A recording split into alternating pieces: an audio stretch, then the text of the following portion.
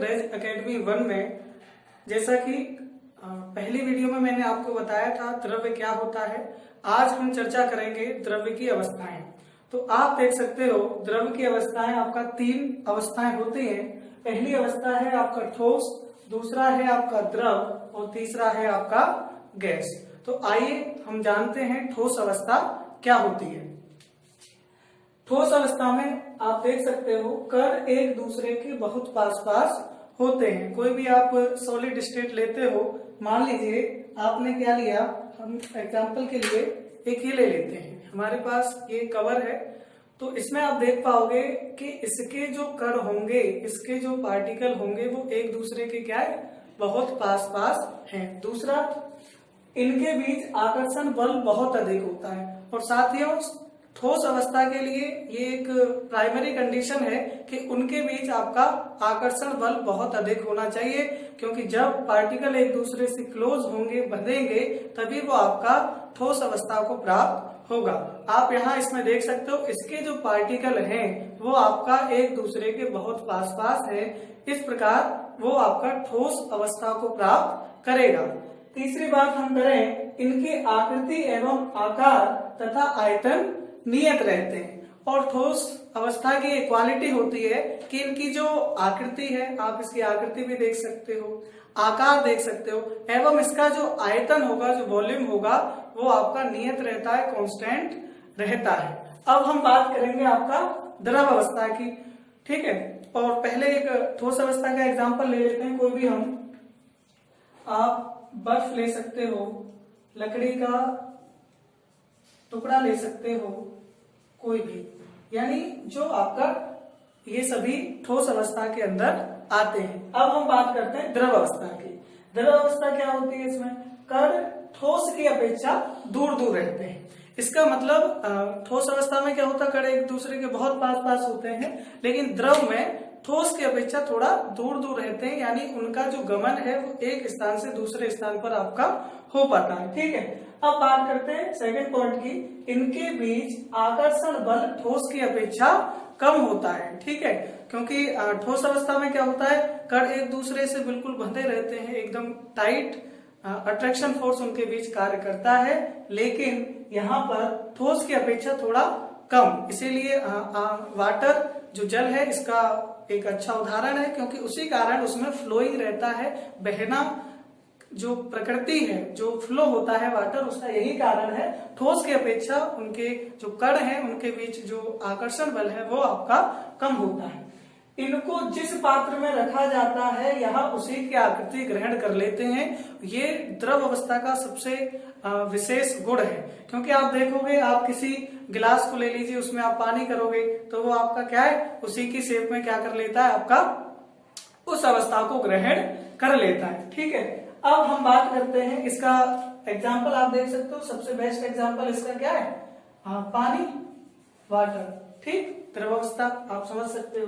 अब बात करते हैं हम गैस अवस्था की। गैस अवस्था में क्या होता है, आपका कण बहुत दूर दूर होते हैं। हमारे एनवायरमेंट में क्या है, गैस है, तो इसके जो पार्टिकल हैं वो आपके बहुत दूर दूर हैं, ठीक। सेकंड पॉइंट क्या कहता है, इनके बीच आकर्षण बल नगण्य होता है, यानी उनके कणों के बीच लगने वाला जो आकर्षण बल है वो आपका बहुत ही कम होता है, यानी कि ना के बराबर होता है, जिस कारण बहुत दूर दूर गमन होते हैं, यानी वो फ्री होते हैं, उनपे कोई फोर्स, कोई बल कार्य नहीं करता है। और इनकी आकृति व आकार दोनों अनिश्चित होते हैं, इनकी ना कोई फिक्स शेप होती है, ना इनका कोई आकार होता है, ठीक है।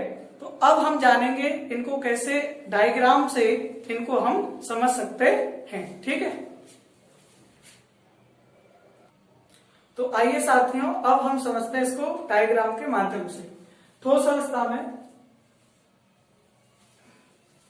पहला पॉइंट हमने क्या पढ़ा, इसके जो कण होते हैं वो आपका क्या होते हैं, एक दूसरे के पास पास होते हैं, ठीक है, यानी बहुत क्लोज होते हैं, उनमें गैप भी आपका बिल्कुल नहीं रहता है, ठीक है जी। इस प्रकार ये आपका ठोस अवस्था बनती है, ठीक। सेकंड पॉइंट, इनके बीच जो लगने वाला फोर्स है, जो लगने वाला बल है, आकर्षण फोर्स, अट्रैक्शन जो फोर्स होता है, आकर्षण बल जो होता है, वो इनके बीच बहुत अधिक होता है। उसको आसानी से हम रिमूव नहीं कर सकते, उसके लिए हमको बाहरी बल लगाना पड़ता है। ठीक है, अब बात करते हैं हम द्रव अवस्था की।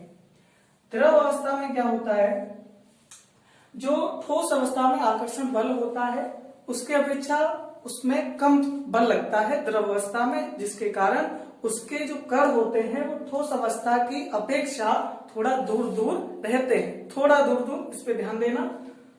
जैसे मान लीजिए ये है और इनके बीच आपका थोड़ा थोड़ा क्या रहता है, गैप रहता है, इनके बीच रिक्त स्थान रहता है। ठीक है, और ये आपका द्रव अवस्था लिक्विड स्टेट को प्राप्त करते हैं, द्रव अवस्था। अब हम बात करते हैं गैस अवस्था की। तो गैस अवस्था में क्या होता है, ये जो आपके कण होते हैं बहुत दूर दूर होते हैं। क्या होते हैं, बहुत दूर दूर होते हैं, और इस कारण वो आपका एक स्थान से दूसरे स्थान तक आसानी से जा सकते हैं। ठीक है, और इनके बीच लगने वाला जो आपका आकर्षण बल है वो बहुत कम होता है, यानी नगण्य के बराबर होता है। फ्री रहते हैं, एक जगह से दूसरी जगह तक आसानी से जा सकते हैं, और इनकी आकृति एवं आकार अनिश्चित होता है। तो साथियों, आज आपने जाना द्रव की अवस्थाएं। द्रव की 3 अवस्थाएं होती हैं, ठोस अवस्था, द्रव अवस्था और गैस अवस्था। और आपका वीडियो देखने के लिए, पूरा वीडियो देखने के लिए बहुत बहुत धन्यवाद। यदि आपको वीडियो अच्छा लगा हो तो इसको लाइक कीजिए, शेयर कीजिए, और हमारे चैनल ब्रज एकेडमी 1 को सब्सक्राइब कीजिए, ताकि हम आपके लिए अच्छे से अच्छे कंटेंट उसी उत्साह के साथ उपलब्ध कराएं, और आप अपनी परीक्षाओं में अच्छे से अच्छे अंक प्राप्त कर सकें। आपका बहुत बहुत धन्यवाद।